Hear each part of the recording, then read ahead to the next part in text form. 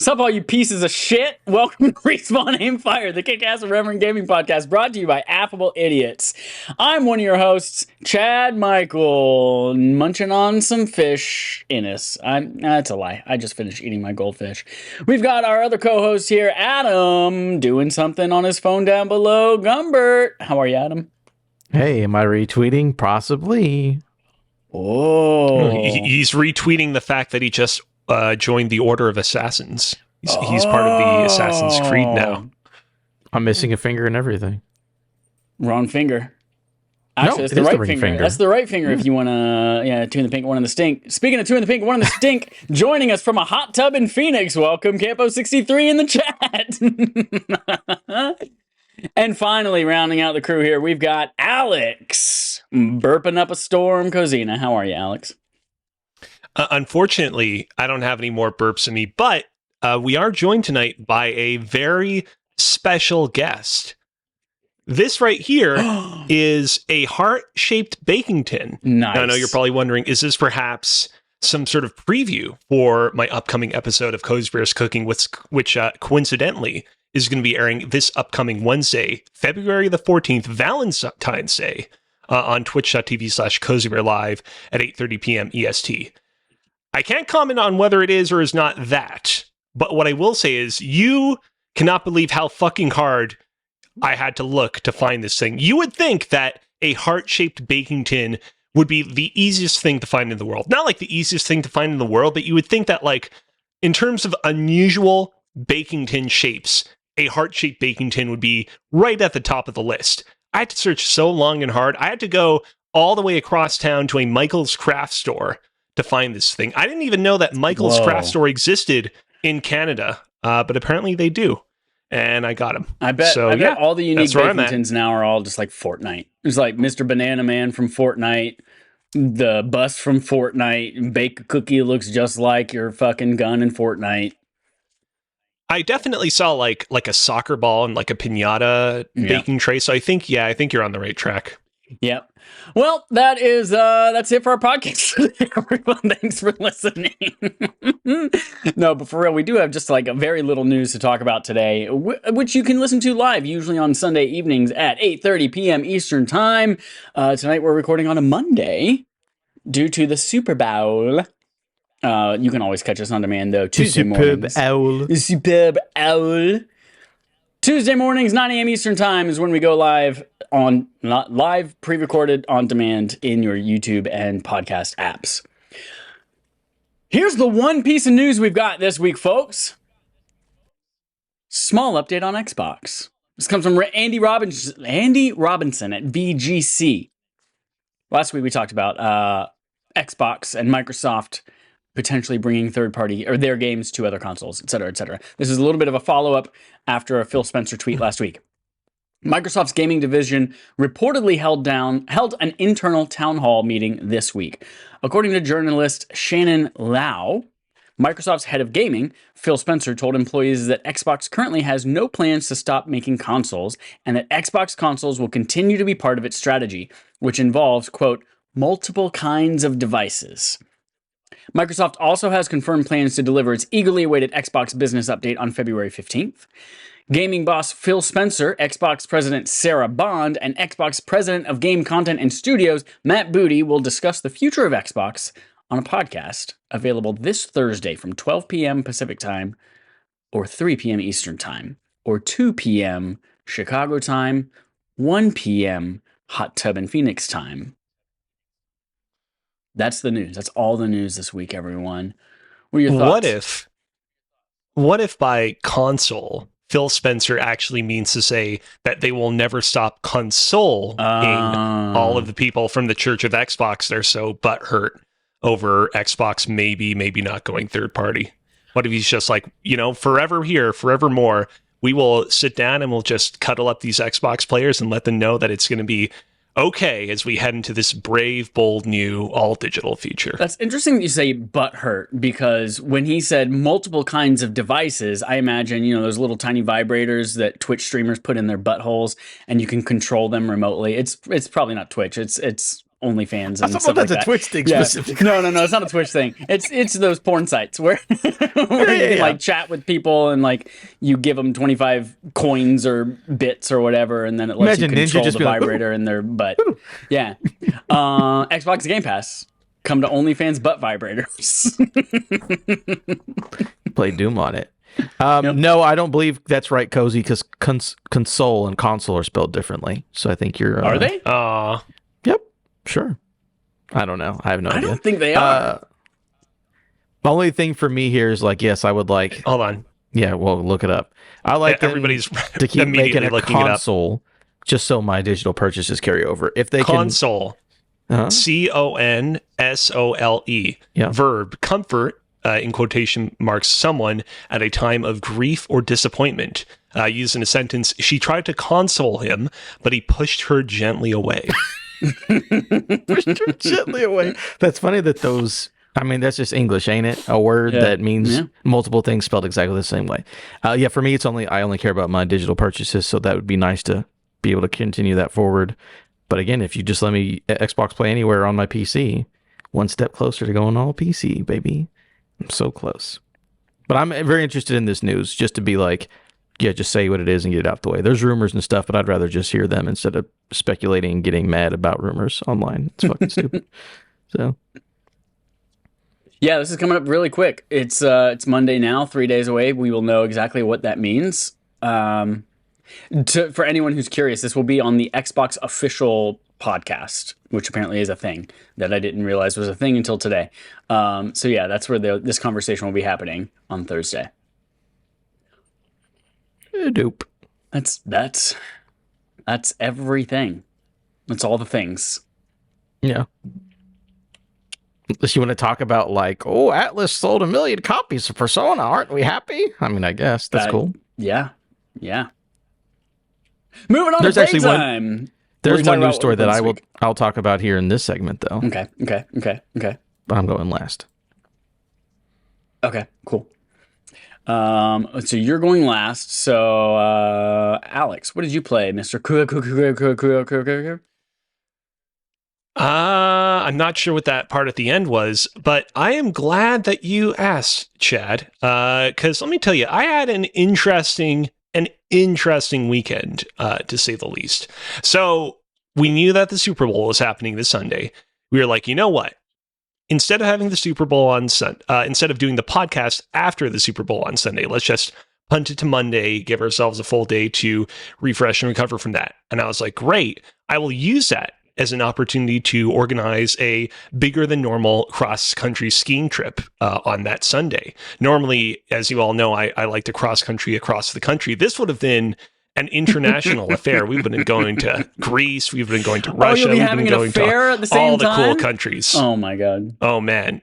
I can't even get into the details. That was the plan. We drove down to our cottage on Friday night. It's a cottage in the Eastern Townships, where from there we would have eventually gone to the ski location where we would have skied internationally. On the way there, car's muffler inexplicably broke. There was no other damage to the car. It was largely superficial, but that bit of superficial damage meant that our car was real loud and we got real concerned. There was also a friend that came along with us to the cottage that also got a toothache there. And we were like, ooh, I don't know if things are going so hot. And so we kind of decided while we were in the country, I don't know, honestly, I don't know.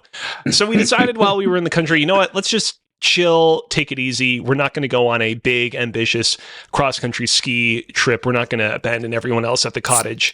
And so I appreciate that you waited until I was halfway through the story to crack that thing open. And so Saturday, I was like, you know what? Things aren't going exactly according to plan, but I'm going to have myself a damn good day.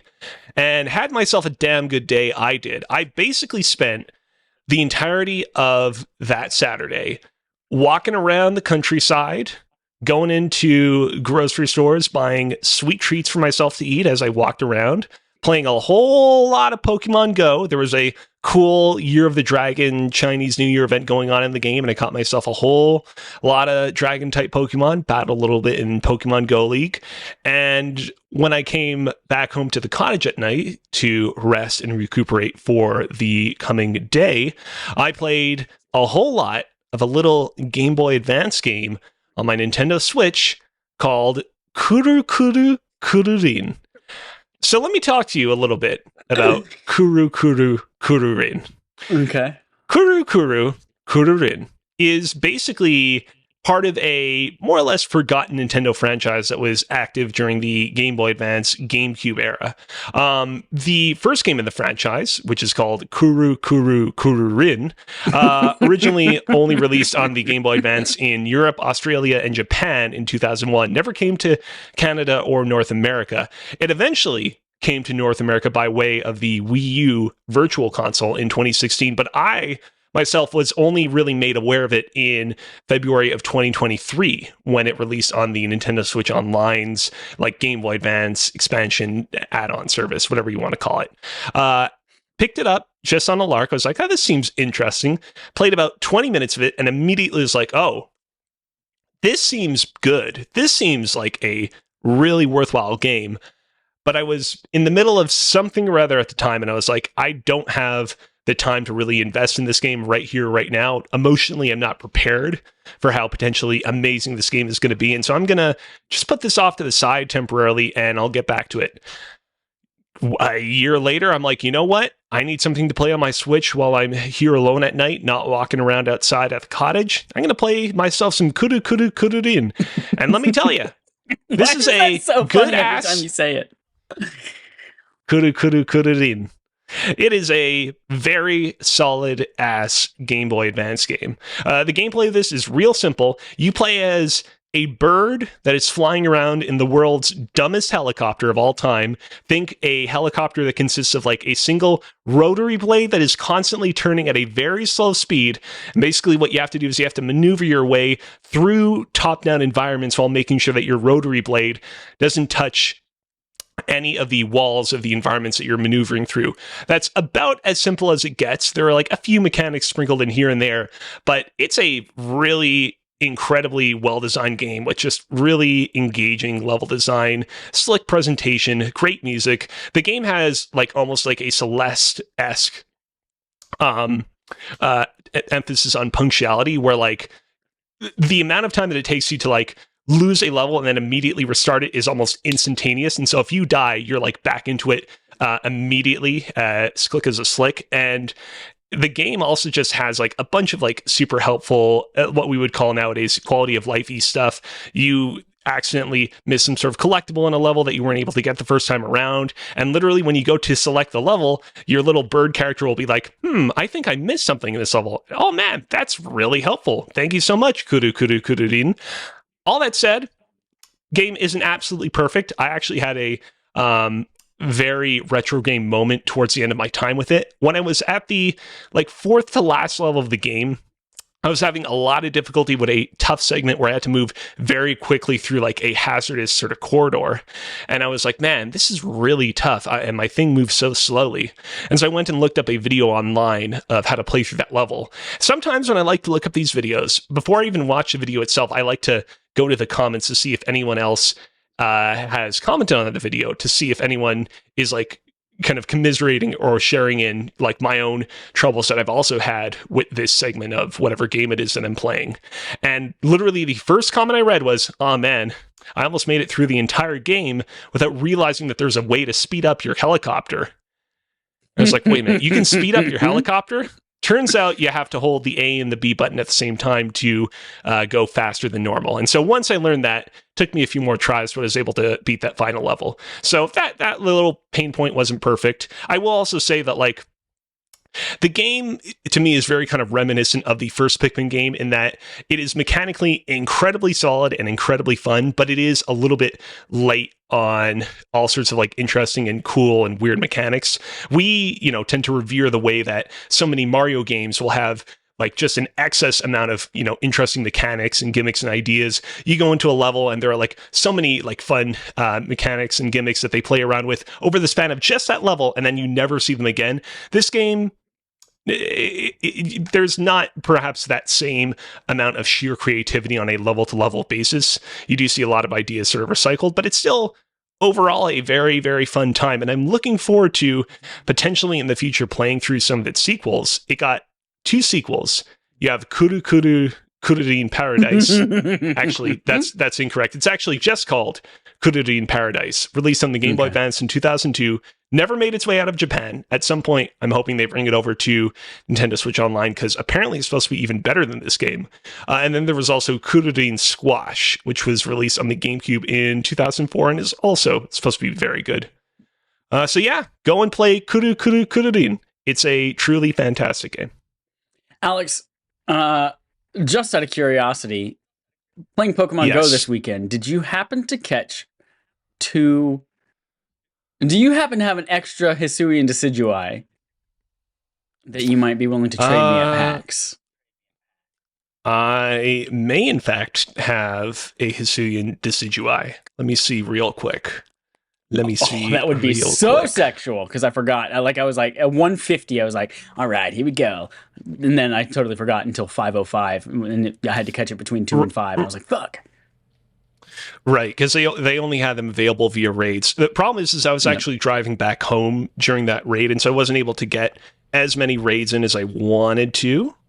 But if this damn app will load, I can check real quick to see how many of these dudes I got.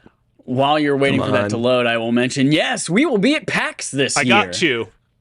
I got two. You can't see it on the screen because it's all glared out, but I got 2. Save one for me, por favor. Por favor.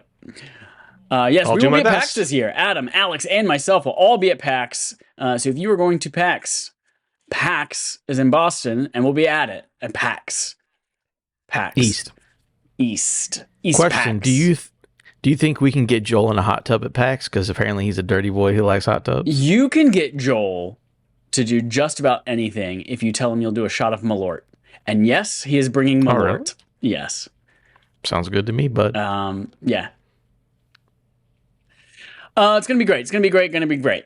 I will, since Adam wants to go last here, I will chat, play Destiny Surprise. Oh, one thing we did do, we got Vex Mythoclast Catalyst this week, baby. That super hard to get, awesome, impossible weapon. Adam actually played with us. I forgot about this. Yeah, Adam played, farmed the Atheon boss in Vault of Glass with us for, like an hour a few times while we got Vex Mythoclast for Connor.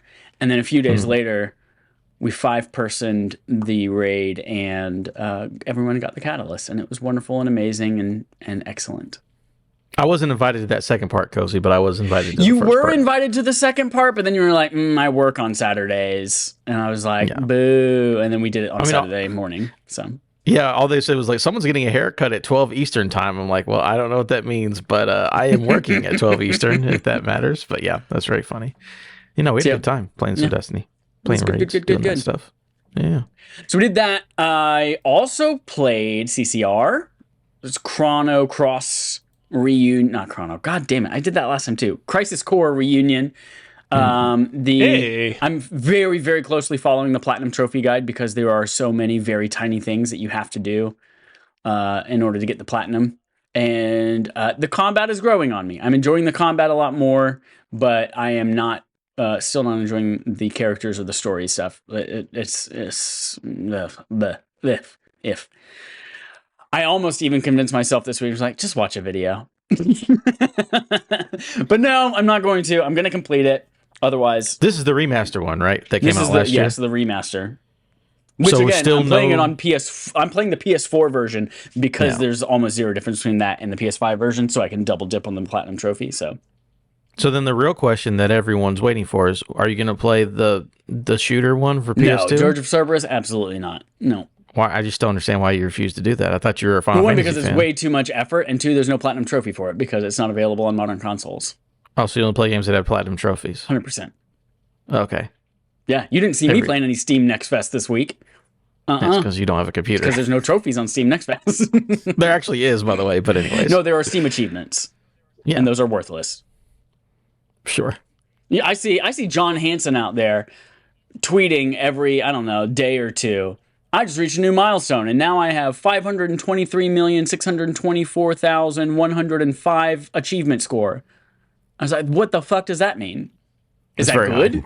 Is that bad? Yeah. How does that? Is that worth anything at all? No.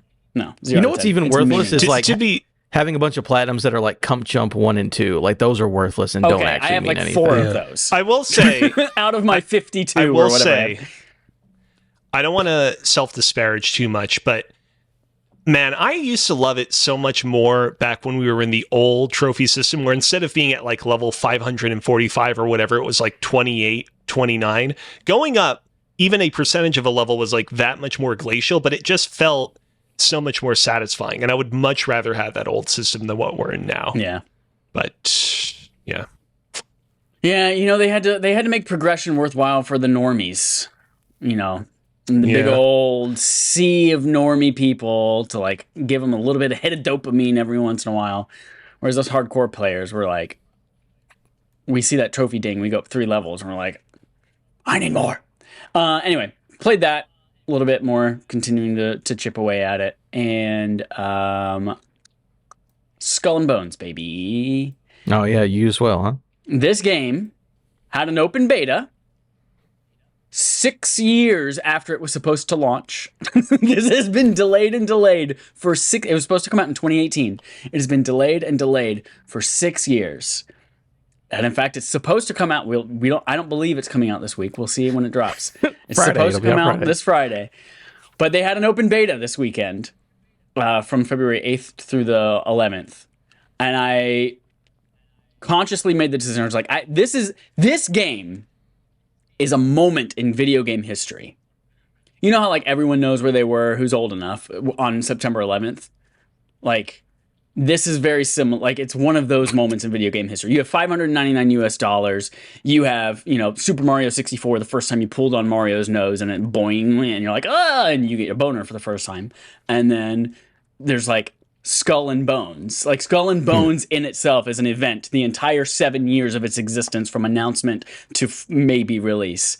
So I felt like I could not be interested in video games or video game news and not experience this game. And there's no way I'm going to pay $70 for it.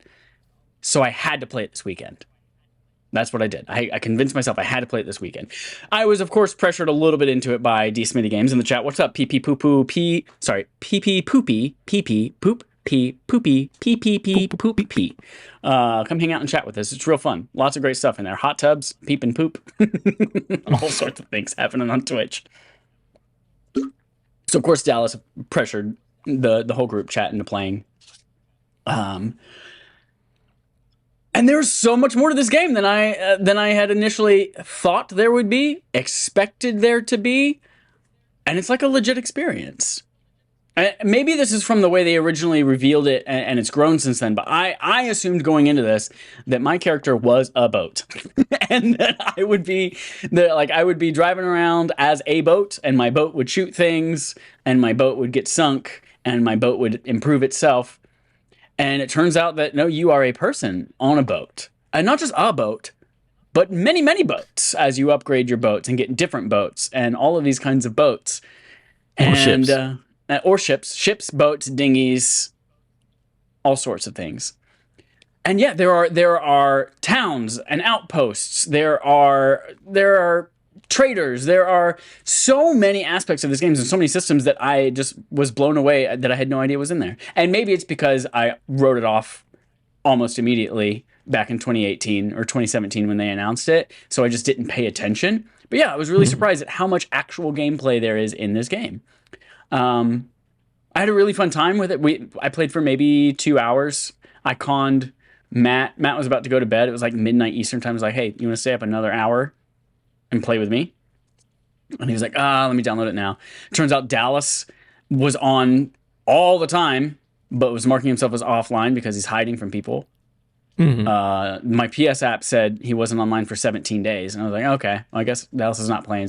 But then I jump online and it's like, Dallas is like balls deep in this game right now. And he's fighting some captain somewhere. And I was like, oh shit. You just don't want me to know you exist. You don't want to play with me at all. Anyway, yeah. So we all three got together that night and played a little bit. Got cool looking pirate clothes. Dallas has literally 17 hours of playtime. Yeah, we got pirate clothes. I got a little lemur monkey, upgrading our ship, getting all sorts of cool things. The controls were really fun. Like, you start out in this opening tutorial and you're just in the middle of the ocean and you're shooting cannonballs at people and you're like, oh shit, this feels really powerful. I feel like this is really great combat. And then suddenly you're fighting another ship that's like, cool, we're going to shoot 7 cannonballs at once at you. And we're going to do that every 3 seconds. And you're going to have a cooldown and we're not. And then I'm going to call in my fleet and we're just going to destroy you with fire from above. And then you're like, oh shit, I'm not as powerful as I think I am. And then you go through all of this shit. But yeah, and there's even story content. I skipped through all the cutscenes just because I knew that I was not going to pay $70 and play through this game ever again. But Dallas did watch them, and so I asked him, I was like, do you get the idea that there is a further story in here? And yeah, it kind of seems like there's this captain of this island or this outpost or whatever that you're doing jobs for and potentially taking over for him, like rising up the ranks, gaining infamy and stuff like that to one day be the, I don't know, he was marked with a crown icon, so king pirate, king of the outpost, I don't know what it is, but yeah, so there's relationships, there are factions that you're managing relationships with, you're doing like stealthy little shit to, all right, I'm gonna go over here and I'm gonna get this, and then I'm gonna go over here and make it look like I was the person who was bringing this treasure, but I actually destroyed the ship and stole the treasure. And so there's a lot of shit at play in here that I was not actually expecting there to be, and it plays really well. And if it were my kind of game, I might be into it. But unfortunately, there were too many instances where there's an encumbrance. Yes, your boat can get encumbered and you move really slow, just like your typical Bethesda game. And there were too many times where I was like, I only had to do this like 3 times, but there were too many times where I had to go and, all right, let me use this very quick sickle or saw mini game to craft a saw and then go and cut down a piece of wood to build a ship, or, get this grass off of this island. And I was like, okay, I know what this gameplay loop's going to be. Cool stuff, but not my type of game. But Adam, it looks like you played it too. What are your thoughts on Skull and Bones from Ubisoft? Yeah, echo a lot of that. I think it... Guys, I'll be right back. The goose will take my place until then. Fucking goose. He's going to poop, by the way. Just a heads up. Yeah, same as you. It definitely feels like a good one, like a good games of service. Like there's solid bones there, skulls and bones. But it's definitely like I played by myself, and it is not fun solo. So if you're gonna play this, you have to play with friends because I don't feel like that loop is as good by yourself. But I feel like there's something there. I feel like it's... trying to think, like, it's not as good as Division 2 because Division 2 was very fun at the beginning and I super loved that game. I think this will be like, not necessarily a bad thing, but like at or above Avengers levels for if you like get some friends together who are into this kind of thing, like you'll have a good time and you'll run around and do that. So yeah, I enjoyed it. I was like, I'm not going to spend $70 for this like you, but maybe one day on a sale, and if I get enough friends who said they want to play, I might give it a shot. I like pirates. Yeah. So there's that. Dallas was kind of right along with you too, where he's like, if this was a free game, I would sink a ton of time into it and be upgrading my ship for sure. And there are lots of opportunities. Like if this goes free to play, like I'm assuming it will eventually go. Probably not soon enough to make it a hit. But if it goes free to play, you could buy a lemur with a captain's hat on in the shop. You can buy cool looking gear. You can buy a new ship. You can buy new sails, all that kind of shit for premium currencies. So I'm like, there are definitely the bones of a Skull and Bones. See, there it is again. Definitely the bones of a live service game in there that they could capitalize on it if they just lowered the barrier of entry. But I guess they've spent so long working on this thing and pretending that it's going to ship that they've got to make their money back somehow. Oh my God. Why did he do that? Love it. Love it. That's it. That's what I played this week. Dope. So yeah, Skull and Bones for me. Also, Helldivers too. I'm shocked. In a room full of PlayStation, I love PlayStation so much. Oh my God, give me my Comp Jump 3 trophies. It matters so much to me that none of you guys played Helldivers too. I will say, I will say, Helldivers. You're about to say Come Jump again. Helldivers 1 was a game that I gave an honest shot to on the Vita because so many people back in the day really got on that Helldivers train on the Vita, and I could not get into it. And so going into this game, it's very much like, I mean, could be good, but like I don't have this particular drive to play this game, given that the original game didn't really speak to me. I know it's very different, but like I just was not jonesing for it from the jump. You know, I'm in the it's same super spot, good. Yeah. It's got, you played the first one a little bit, but on Vita. Yep. But no, it came out. I wasn't expecting to get it, but a bunch of people were like, yo, Helldivers is like really actually good. I was like, you know what? $40, why not? Bought it on Steam because I'm not paying for PlayStation Plus and $40 for a video game. Eat my ass on that one. So I jumped into that and had a blast, man, especially if you have a crew together. Like, it's just dumb fun. I was looking earlier, I didn't include it in our news stories, but like Helldivers 2 is the most played PlayStation game on Steam. Like ever, like over God of War, over Spider-Man, all of that shit has more concurrence. Obviously, being a $40 multiplayer game makes sense that it would have more players, but like, yeah, it's super good and people are into it. Again, it's just like, I think the switch to third person was like a good move, just because it feels more like, I don't know, it feels bigger budget in a way, but I think it also appeals to a bigger audience that way too. Yeah, for sure, over the top down. But yeah, it's great just to like get called in and try to crush a bug and just like killing your buddies on accident all the time, or like, let's do a hard mission, we'll be fine, right? And then just everyone gets cut in half immediately by some massive armored tank of a bug. Oh, it's so good, it's so fun. And yeah, it really works out. It has the things from the first game that I remember, even if you can have nostalgia for the fucking Vita game from 11 years ago.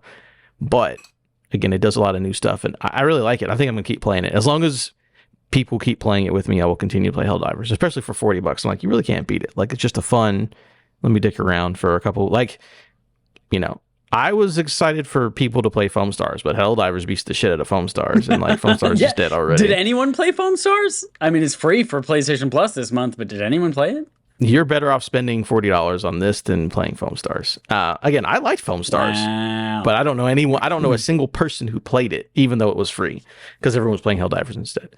So yeah, everyone check that out. It's fun. Progression's cool. Even it has the live service sort of mechanics, but it's not egregious at all. Where it's just like, so instead of like in old games, you're like, all right, I'm level 10, so I unlock this gun. Instead of like you earn medals and then you spend your medals in a battle pass like system, but it's just really just progression. So it's like, do I want a cape or do I want a new gun? Well, I just want the gun. And then I'm like, oh, that's a fun, interesting way. And even the microtransactions are super cheap. It's like $3 and you can get like a really like the coolest thing in the shop for the day. I'm like, awesome, dope, no problem. I will say, I don't know necessarily how soon I will or will not check this game out. It is cool to have a new game in Sony's, current portfolio of first-party games that is pretty distinctly different from the other games around it. People tend to criticize Sony a lot for having a lot of these, action adventure, sad dad, third-person shooter action games. And like this is some of those check boxes that I just listed, but not all of them. It is still a pretty distinct experience from all those other games, and that's pretty cool. Yeah, I want to see if all of the first-party Sony games that initiative.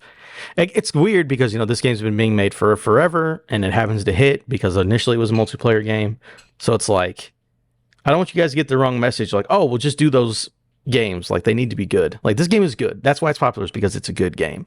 So I don't want them to be like, fair money games is going to be just fine because Helldivers did good. It's like, no, fair money games needs to be a good game from the jump. So we'll see. From the Helldivers jump, great, as some might say. Come Jump 4 coming soon. Get yourself 3 platinums in 1. Whatever. And that's it for that part of the playtime. Segment from Adam, a segment from Adam. That's the yo-ho, yo-ho pirate shanty. I love it. Yeah. So this week on our segment from Adam, thank you, Chad, for the she shanty. I decided, so I played a lot of Steam Next Fest demos. And I was like, I'll just do some quick hits about some cool things coming out. Some big games in here. some smaller indie stuff that became popular after Steam Next Fest. So I was just like, hey, let me talk to you guys about a bunch of demos. Before we get too far removed from Helldivers 2, I just want you to let you know the entire time you were talking about that game, in my brain I was like, there's an opportunity. Somewhere in here there's going to be an opportunity to say the words Helldivers 2 on the beach. And I never found one. Oh, man. There is a beach level. So somewhere in an alternate universe, there's a really funny Helldivers 2 on the beach joke I made in the middle of your segment. But yeah, it's very good. Hey, man, Helldivers 2, my favorite biome is the one full of sand. It's almost like Helldivers 2 on the beach. I had already lost it. I was thinking about Squand. You know, the sand that you put, it's underwater, and you pick it up, and it's dry, and then you drop it in the water, and it's wet again. You remember Squand from when it was like the 90s when we were kids? It was on Nickelodeon. I remember all the weird stuff. No, I don't remember Squand. I remember like GAC and all that shit. Anyways. Squand. I'm just going to, yeah. So it's like neon, multicolor, as seen on TV, Squand. You put it underwater and you can model with it and shit like that. Like you can build shit underwater and it has structure. And then as soon as you lift it above the water, it just like completely falls apart and it's sand in your hand. I love the first result on Google. Did anyone have Squand as a kid? I didn't. That's the number one thing from Reddit no. I never had it. I saw the commercial 1,000 times. Well, I know that's what I'm saying. That's what this guy's post was. I didn't have it, but it was a thing. Anyway, so Steam Next Fest. Played a lot of demos. Some big things, some small things. Here's the good stuff. So I just have a list of stuff that I played. And then at the end, I have stuff I didn't play, but apparently everyone was interested in. First one I played was Madzik. By everyone, just go to your list. A lot of this stuff comes to console, so whatever. Madzik, it's like a top-down Diablo sort of game where it looks like a kid, like toy action figures from the 80s, kind of a thing. That was solid. That was fun. Okay, yeah, there's like a little Triceratops gorilla looking fuck. Yeah, it's like a bear guy and a girl who has magic or whatever. I just played as a bear guy. Okay, like the first the first 6 image results on Google Image for Madzik are that same Madzik gorilla Triceratops looking fuck, and then it's just a bunch of this old guy with a mustache who is apparently named Lezek Madzik. I don't know who that man is. But no, that was pretty fun. Pretty quick demo, not too bad. I enjoyed it. This next one. So there's this game on PC. I think it's on console as well, called Severed Steel, that was given away for free at some point, and people were like, holy shit, this Severed Steel game is good. I never played it though. But they have a new game coming out called Echo Point Nova, which is, okay, so think about it. You got like an open world area. It's fast as fuck though. Like when you start the game, it's like, hey, you want to play 120 frames? Because that's the way to design the game. I'm like, sure, let's go. It is like a first person shooter, platformer, wall running, not even running. So you have a hoverboard. You have a hoverboard, and that's how you get around, and you have guns. And you just like are zipping through a massive world and just like doing flips and tricks and jumping off and shooting dudes, and it's a good time. It's fast and fluid, and it's from people made Severed Steel, which apparently is also another one of those cool games. It's so I really screenshots like Mirror's Edge vibes, but with robots. Very much. Is that okay? Yeah, Mirror's Edge with robots with a hoverboard and guns. It's very cool. Cool. This next one was I was shocked how much it is like the thing it's inspired by, but I'm like, is that a bad thing? So it's a game called Realm of Ink, right? I believe it's from a Chinese developer because I think the whole game is in Mandarin. When I went in, all the voice acting was just not in a language I understood, and I think it's Chinese. It's straight up Chinese Hades. Like 100%, like you go to the next, it's got even like the hand-drawn art style, and like you go to the next room and you have, it is one for one Hades, but Chinese. And I'm like, is that bad though? Because Hades is fucking good. So Realm of Ink was very popular, and I think it's very cool. It doesn't seem to be, is it Greek mythology still, or is it like some kind of Chinese mythology? No, it's like Chinese mythology. Like I literally fought the Monkey King was like the last, dope, like the first boss I fought at the end of the demo. So I was like, oh, yeah. So just think of, instead of Greek, it's Chinese mythology, but it's the exact same game. Very cool. Alex, you'll love this one. Or maybe you won't because you're a hater. There's a game called Tavern Talk. What if I gave you one guess what Tavern Talk was about?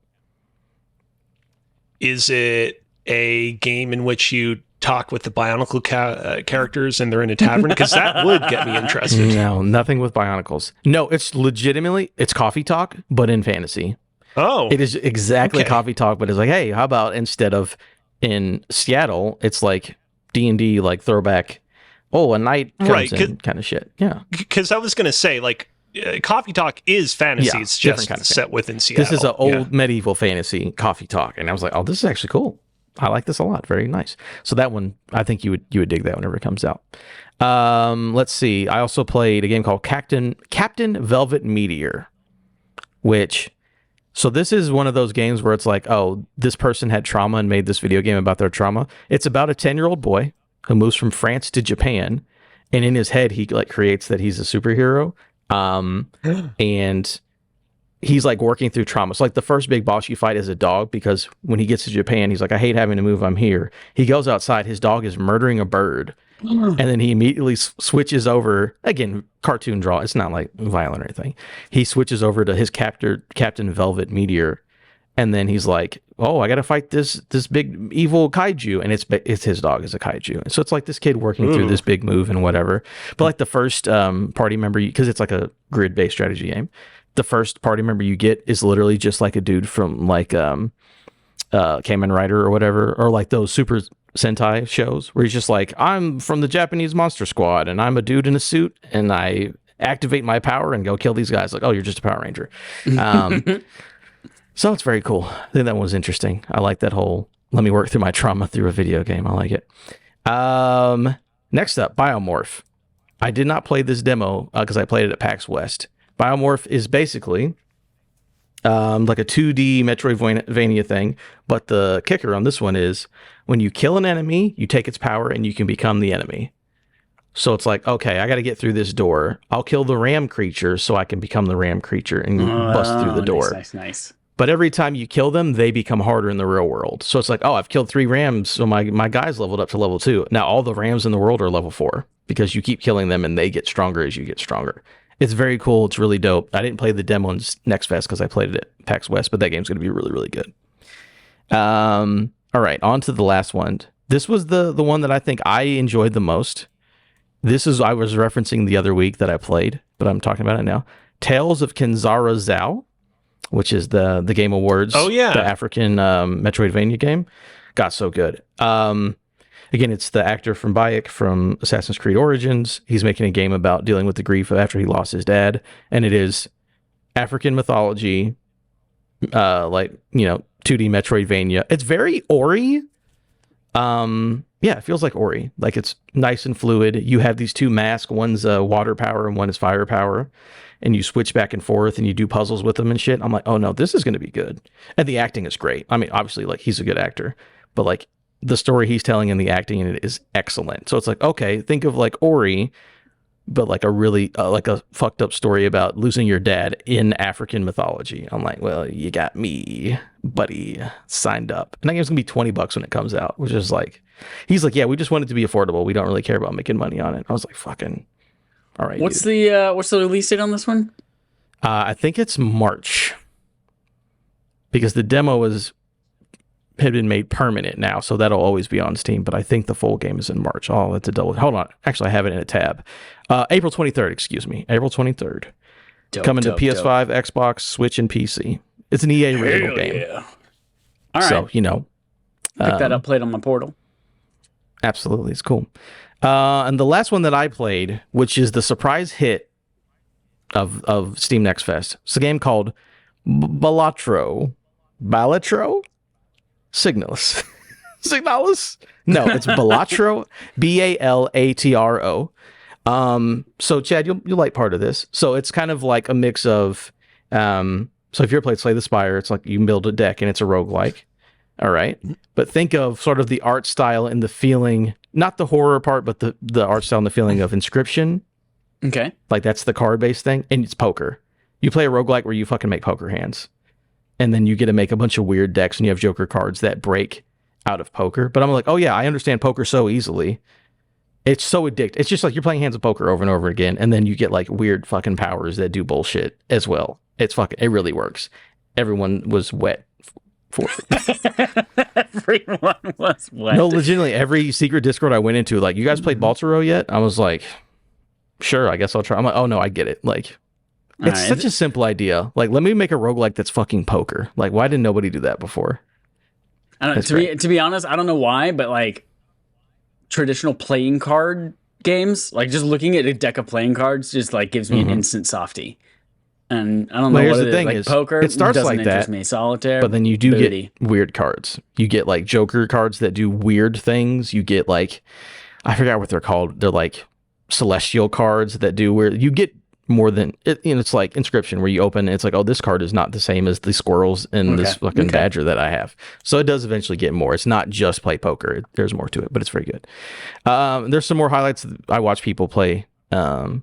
I didn't play all these, but Pepper Grinder, which I think is from, I want to say that's the Hollow Knight people, but let me double check It's also the name of Pepper Potts' OnlyFans, where she puts the thing in her butthole that you can control. Oh my God, here we're going back to that, huh? Yep. Pepper Grinder. Also, if you just do a Google image search for Pepper Grinder, you're not going to find the game. Oh, no, this looks good. You know what this looks like? Yeah. This looks like Drill Dozer, the game that I remember Drill Dozer. Yeah, that's a Devolver game. Game Boy Advance where games. you like jump and like you have the drill and it propels you through the world, and like the drill is like your is your thing, but it's a Devolver game. I'm like, dope. They said the game draws inspiration from Dig Dug and Echo the Dolphin. I'm like, you know what? Sounds Echo fun. the Dolphin. I guess like the jumping over the rocks and doing all that weird stuff. Yeah. Yeah, I can see it. Kind of, yeah. I also watch people play Pacific Drive, which is the indie game coming to PS5 and PC pretty soon. There's a demo for that. I didn't play it, but you know, that's where you drive your car around in the world. Like the world ended in the Pacific Northwest, but it's weird and whatever's going on. There's a game I didn't play, but everyone liked. It's called Haunty, which is apparently like a horror puzzle game. But I saw today in a news story got picked up by Game Pass. So apparently it was good enough for them to be like, here's some money, put it on our service day one. Haunty, like Haunty? TII. TII, okay. Yeah, yes. And the last one was Ultros, which is a game that I think is out this week or might be out now or very soon. That is a Metroidvania game. That art style is very vibrant and poppy, but it looks like it's inside of a womb. Who was that famous artist who did all the paintings that were just vaginas? But George they thought O'Keeffe. they were flowers. Yeah, it's basically, or George O'Keeffe. The woman from The Big Lebowski, I was going to say. Yeah, so Ultros apparently is a very good Metroidvania in the style of you're inside of a woman's womb, but it's also very colorful. So that's an interesting one. But yeah, you remember the game Res Infinite? Shipped for PS1 and you could, or PSVR 1, and you could in VR be a sperm, because that's what that entire game was, is you being a sperm. Wait a minute, is that what that game was? Yeah, that game is all about you as a sperm making your way to the egg to make a baby. I did not know that. Yeah. By the way, look up Ultros game and just like tell me that's not like the most vibrant, weird fucking. It reminds me a lot of just the colors and the art style a little bit. It reminds me a lot of Guacamelee a little bit. A little bit. Yeah, I see that. Just a little, not quite as stylized as Guacamelee, but similar to that. But yeah, it sounds like roguelike and Metroidvania that's what video games are now. A lot of that, unless you want to serve fantasy potions to a goblin or whatever, play some tavern talk. Yeah. But yeah, no, people like roguelikes and Metroidvanias, especially when there's good ones out there. So makes sense. That is. But before we close out segment from Adam, real quick, I do want to know, at the beginning of the year, we established that at any point, Adam, you can say, Cozy, you have to play this game. You have no choice. This is a Baldur's Gate 3 scenario where you got to play it this year, even if it's not on PlayStation consoles yet. Of all the Steam Next Fest games you played, which game do you think you would most employ that on? So for me, I wouldn't even need to employ it, because if you don't do it, you hate black people. But I would say Tales of Kanzaro Zao. No, I'm just very excited. It's very good, and it's about African mythology and African culture, so that's really, really cool. So for me, that was the one that stood out to me. I think that's the one that will most likely that will most likely people will get excited about. Like a general audience will get excited about is that one, because it's a Metroidvania, good at voice acting, pretty, all that kind of stuff. Now here's the thing. What if we only have room for one pretty Metroidvania starring a person of color in our life? Should we play that or Prince of Persia? Whenever I beat both, I'll let you know. You already did that rule for Alex for Prince of Persia. I don't want to double up. That's what I'm saying. I want to beat both, and I'll let you know. But No, there's those room are the for ones both. that I mentioned. We've had enough room for third person over the shoulder action games with white men. We can make some room. Does Kratos get a pass because he's technically Greek? Yeah, that man had color before the accident. You know what I'm saying? Yeah, but I mean, he Michael Jacksoned himself. That's true. Well, I mean, not himself, but it did happen. Well, yes. yeah, he got Michael Jacksoned. Someone absolutely. Michael Jacksoned him. Absolutely. But yeah, everyone check out those demos. There's some cool games. There's some bigger ones, some smaller ones. Give them some love. Well, what's weird about it, I don't know why we're continuing this bit, but what's weird about the whole Kratos situation is, if you remember, the woman that cursed him to constantly have the white ashes of his family on him, spoilers, was a black woman. It was a black oracle of one of the towns that he pillaged. Damn, you know look why? at how She they said, do us. It even she weirder. said there can only be one. That's what it was. Highlander Yep. prequel. All right, that's my segment. Thank you for that wonderful stirring segment. And we are now going to wrap up today with Game On Game Show. The Game On Our Game Show, we play a game called Game On the Gaming Show on our game show. Game. Turning it over to Cozy again for a TMI with NPD. Thank you, Adam. Before we get on to tonight's TMI with NPD segment, we have some important updates. So, I started doing this segment in the beginning because I was inspired by a segment on the Blank Check podcast where they would review a movie, and at the end of the review, they would be like, all right, can you guess the top 10 highest grossing movies of the week that this movie came out? And I was like, this is a great idea for a segment, but it would be kind of tough to do that on a weekly basis for video games. But then I remembered, oh yeah, back in 2019, Matt Piscatella released a bunch of lists of the best-selling games of each year from 1995 to 2019. And it's like, okay, great. I bet I can work with that. It was recently called to my attention that in January of 2024, literally just this last month, Matt Piscatella of Circana being the organization that the NPD group rebranded itself to last year, basically put out a bunch of new lists, updated lists for each year that feature very, very slight variations in them. As I understand it, I don't fully know exactly why the lists are slightly different, but as I understand it, I think they were adjusted a little bit to accommodate for how much revenue each game made versus how much units they sold. At least that's my understanding of it. And for the record, in case either of you are wondering right now, oh, does this potentially change any of the outcomes of any of the prior lists we did? Does this mean that perhaps I could have won a previous list if we'd been going off of the new data? Probably not. And just as an example, I have in front of me the old 2009 list that we did 2 weeks ago.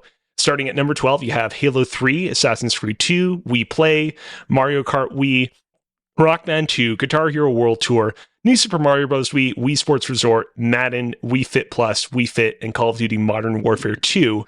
And the updated list from 12 to 1 is Assassin's Creed 2, Wii Play, Mario Kart Wii, Rock Band 2, Halo 3, Guitar Hero, Wii Sports Resort, Wii Fit Plus, Madden, New Super Mario Bros. Wii, Wii Fit, and Call of Duty Modern Warfare 2.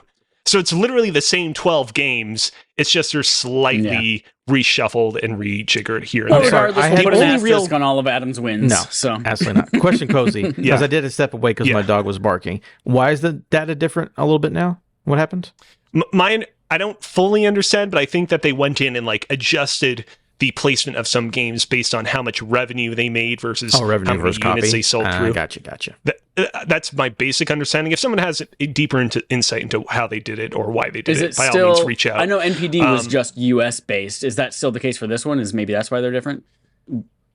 No, I think that the scope of the sales themselves is still the same as it was before. Gotcha. The only other thing I'll add is they did also change up a couple of other things. So, for example, whenever 2 or more games are released as a set, they now just count them together. So, for example, whereas in the past, they would be like, oh, Pokemon Red was the 3rd best-selling game of the year, and then Pokemon Blue was the 2nd best-selling game of the year. Now they'll just be like, Pokemon Red and Blue was the single best-selling game of the year, as an example. Other than that, mostly the same. So, are we ready to do TMI with NPD for the year 2010? Yeah. Are you ready to lose again? Question mark. What, did I win last week? Did you win last week? No, I won last I week. feel like it was close though, wasn't it? Adam won. Yeah, it was close, but Adam won. Oh, that's right. You won by like he was able to pull it out at the something. end. Right, because he guessed Resident Evil 5 at the end. I will say 2010, I remember 2010 being a year where it really felt like we got a good selection of games across all three consoles. And I will say this list, compared to the previous two lists, much more interesting, much more satisfying to read So we're through. still 360, PS3, Wii, right? Okay. Yes, but I don't want to spoil anything else beyond that. As usual, the Chad lock is still in play. So if after 2 clues you want to lock it in, you can do that once, Chad. Madden is out of play. I will tell you right here and right now that this year's Madden was the number 4th best-selling game of the year. And this year's Call of Duty is also out of play. That game was the number 1 best-selling game of the year. Surprise, surprise. All right. I don't know if let's start. I don't want Adam to know this because I'm showing my hand a little bit, but I've been saving up all my Chad locks, and so I've got a whole box full of Chad locks. And I'm going to unleash that's how it works. Days. I don't think so. All right, here we go. Number 12. The 12th best-selling game of the year 2010 per the NPD Group is a third-party Wii game. It is a sequel to a game that released in 2009 but did not chart on that year's list. It is a rhythm game, and it was developed and published by Ubisoft. Adam? Did you? Yeah. Did you not hear me? I didn't pick that up. Oh, Adam. Yeah, go. Is it Just Dance? That is incorrect. Also, we don't say our names on this one, Adam. We just shout. Do we not? You can just blurt it out. Yeah. We do so many game shows. I will go and I will read the clues again. 12th best-selling game of the year 2010 per the NPD Group Chadlock. is a third-party. Okay, you just have to guess. Go ahead. Please continue to read the clues. A third-party Wii game. It's a sequel to a game that released in 2009 but did not chart on that year's list. It's a rhythm game, and it was developed and published by Ubisoft. A Ubisoft rhythm game. Adam said Just Dance, but I told him that was incorrect. I think third-party Wii game. So this means it's not multi-platform. Yes. Correct. You said it's a sequel? It is a sequel to a game from the previous year, correct? Although the game was not on the chart. Okay. Yes. I know what it is, by the way. Hurry up, Chad, please. Game. Hurry up so we can get this over with.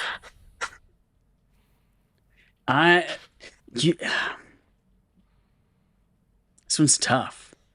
Oh my god, I know what it is. Hurry up.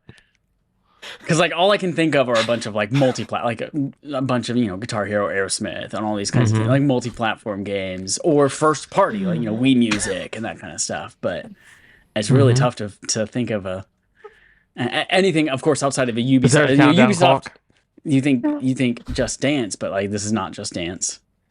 10. 9. 8. So, which Just Dance did Adam ask 6 about? 7. Just Dance. Is this Just Dance 2?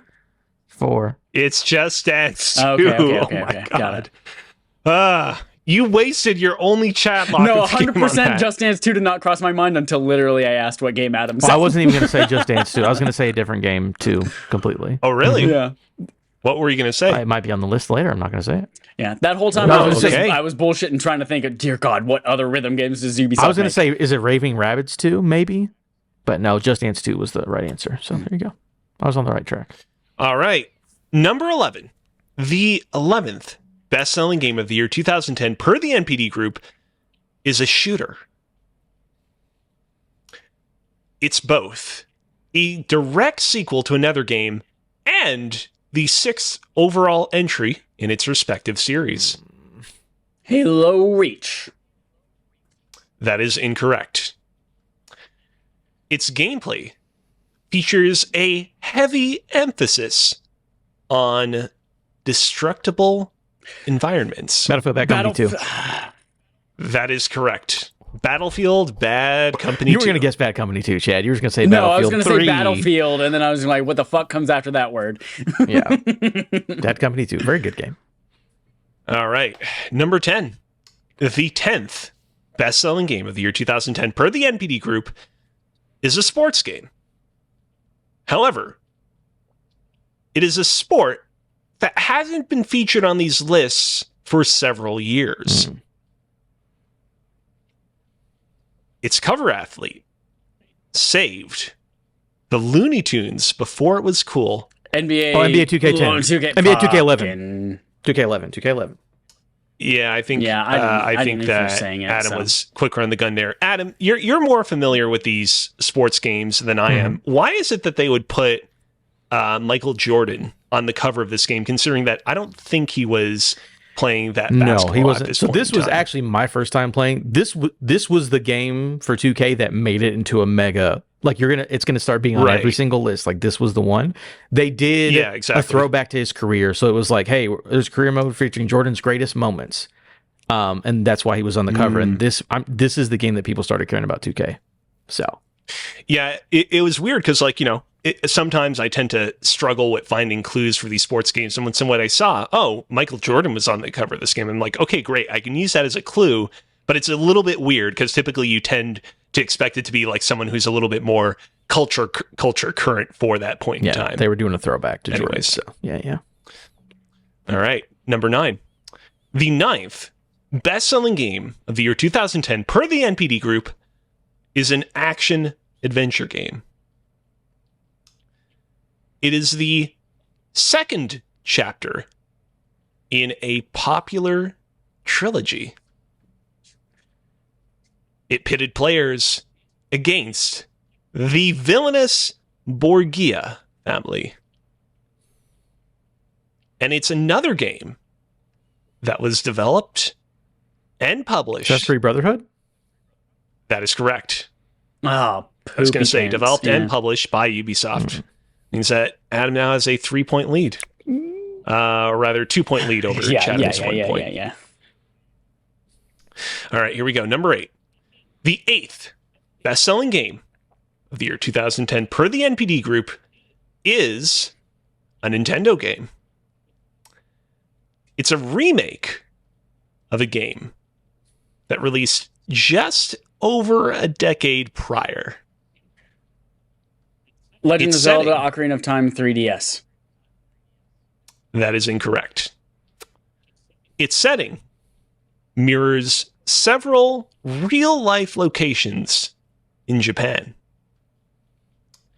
And it introduced the world to the Pokewalker. Pokemon Heart Gold, Soul Silver. I'll give it to you. That's 1 point for you. All right. 2 and 3 points. Number 7. The 7th best-selling game of the year 2010 per the NPD Group is a shooter. It's another game that's both a direct sequel and the 6th overall entry in its respective series. That is incorrect. It is not to be confused with a reboot with a very similar name that released in 2022. And it featured a deeply controversial level that was set within an airport. Call of Duty Modern Warfare 2? No. That is correct. Oh, that's right. They would double up. That's right. I said at the front, I would reveal this year's Call of Duty. I didn't say that there couldn't be another Call of Duty on the list. You tricky piece of shit. By the way, this will start also happening every year where there'll be multiple Call of Duties in the top 12. Okay. Yeah.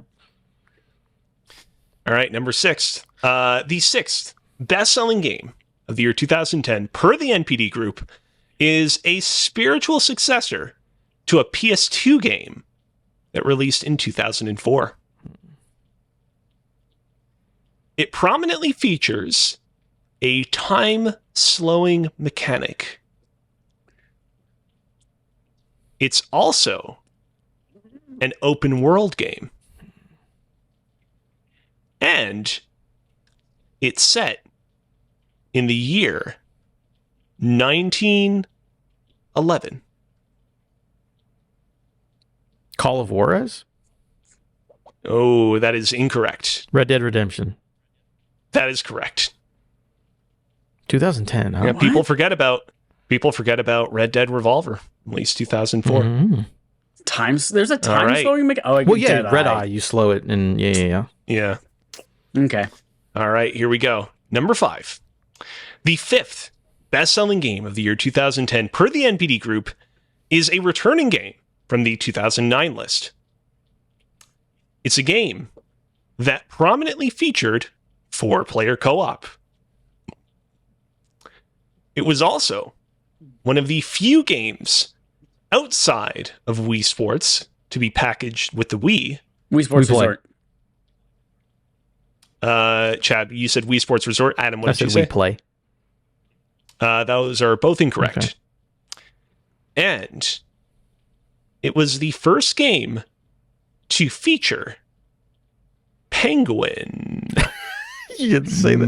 Mario.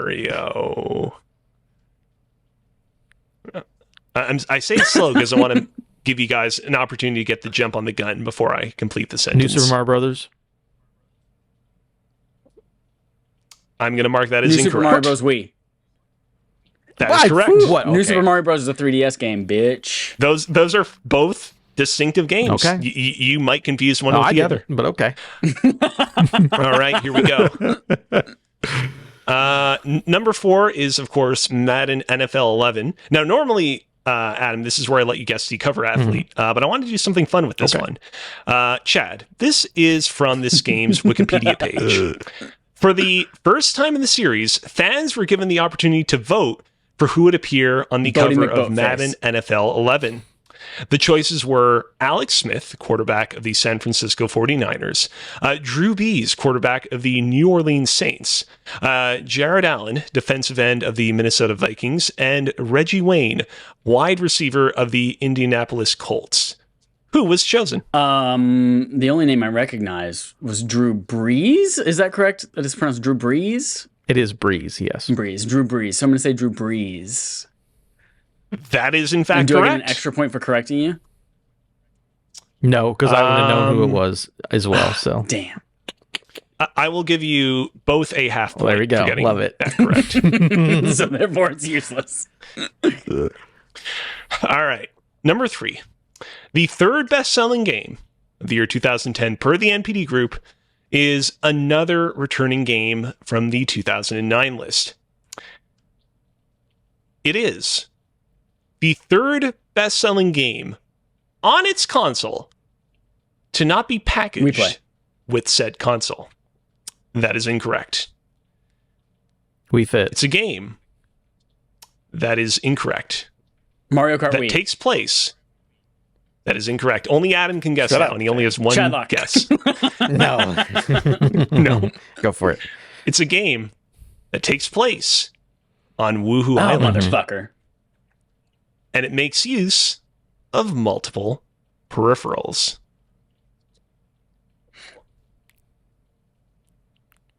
Wait, what I said We Fit, correct? That's the first one I said?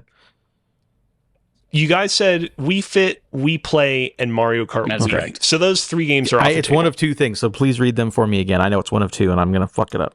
Another returning game from the 2009 list. It's the third best-selling game on its console, not to be packaged with said console. It takes place on Woohoo Island, and it makes use of multiple peripherals. We Fit Plus. No. That is correct. Yeah. What are the multiple peripherals All right. that Wii Fit Plus uses? The board and the Wii Plus motion. The Oh, Wii the Motion Plus. That's Yeah. right. Piss. All right, here we go. Number 2, the second best-selling game of the year 2010 per the NPD Group is another shooter. Chadlock. Nope. Damn it. It depicts a major event that prior entries in its series alluded to, but never directly showed. Halo Reach. That is correct. Bitch! I guess that game like 3 times already today. I know you did. Damn I was it. like, maybe. All right. And number 1 is Call of Duty. Do you guys know which Call of Duty it was? Of course. Let's see. What last year's was Modern Warfare. 2. What's the next one? What do they do? Black Ops? Advanced? Black Ops Yeah, is Black correct. Ops. Black Ops. There we go. I'll give you a point for that, Chad, but Doesn't you matter. still lose to Adam.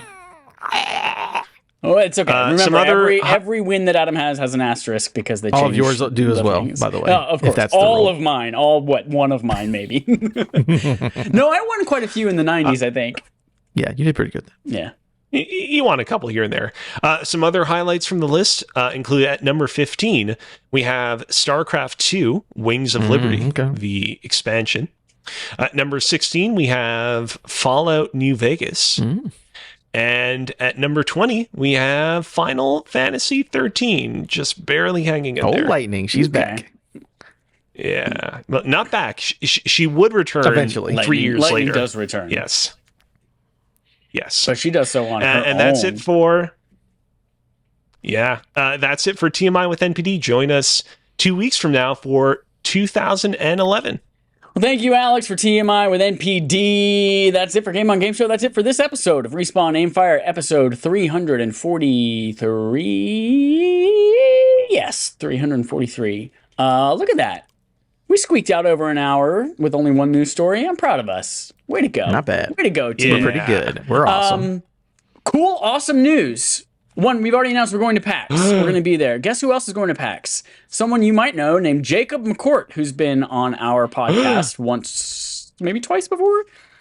And that young gentleman led this month's RAF game show, which is, he brought his signature video game trivia. It was a fun time. It was Adam versus me versus Alex. So we all three were competing against each other while he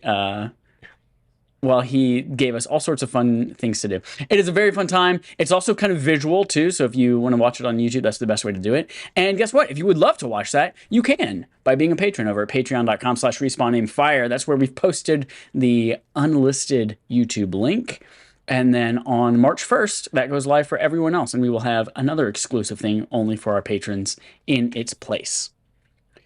Another perk of being on Patreon is you get to vote in our BARF polls every single month to tell us what games we should play for backlog accomplishment with Respawn and friends. This month, we did all PS3 and Xbox 360 games, and you all voted for Castlevania Lords of Shadow as the game we are playing. You have lost your opportunity to buy it at a discount if you don't already have it on Xbox. It is now full price on the Microsoft Store. What are you fucking grinning at, Alex? I can't keep talking. I've been we didn't talk about it on the podcast, but I've been playing this game. Man, oh man, I have so many thoughts to share on this I game. can't wait. So many I can't thoughts. wait. Oh man. So yeah, it is. If you want to play along and you don't already own it, it's $20 on the Xbox Store, $30 on Steam. Go ahead and pick that up. You can only play it on PlayStation if you own the physical disc and a PS3 at the same time. But it's gonna be an interesting time that we will discover all sorts of things we never knew about Castlevania Lords of Shadow because we'll experience it. I think all for the first time, right? None of you have ever played this before? I've not beaten it. I only played like the first hour or two before. Okay. You'll have to wait for the episode to learn the full I scoop. got a big announcement on that one, by the way. I believe we have confirmed a special guest. Maybe a fan favorite special guest. Oh, is that special guest bringing a new flavor of Mountain Dew? I hope so. Oh, I can't wait. I cannot wait. If you want to join us and learn all about new Mountain Dew flavors, you can do that by doing a couple things. One, you can write into the show, tell us your thoughts on Castlevania Lords of Shadow. Two, you can be on the show. You can say, hey, I want to debut my Mountain Dew on your show too. And we'll let you do that. If you're curious, how do you write into the show? You can do that by respawnaimfire@gmail.com. You can engage with us on Twitter, send us a DM. You can also, if you have our phone numbers, you can text us. And someone has done just that. One of our listeners and patrons, Matt from RI, has texted me and asked that we give a shout out to his Suicide Squad killed the Justice League clan. He started a Respawn Aimfire clan, and Suicide Squad killed the Justice League, and he doesn't know anyone else who's playing this game. So if you are playing Suicide Squad killed the Justice League, go ahead and join the RAF clan, play with Matt. He would very much appreciate it. Matt, when it goes on sale, I will play that game with you. I don't mind $20 to jump around with you at King Shark. I'm fine. Who knows how long it'll be before a Rocksteady game goes to $20, but we'll see. We'll see. Maybe it'll come to Game Pass pretty quickly. I'd love that. Who knows? That'd be great. That's it for this episode, everyone. Thank you so much for listening. Of course, we've got Alex coming back for Cozy Bears Cooking on Wednesday, 8:30 p.m. Eastern Time. You will see him cooking in his heart-shaped bedpan. And what's he going to cook? Who knows? Hopefully not the pee and poop that goes in the bedpan. Hopefully it's something delicious. Nope. Although I'm not going to judge your pee and poop. I haven't tasted everyone's pee and poop, so I don't know if some people's are delicious and some people's are bad. So come find out on Wednesday whether Alex's poop is good or bad. All right, we're going to close this down. Until next time, here's our usual sign off. Don't eat anyone else's poop.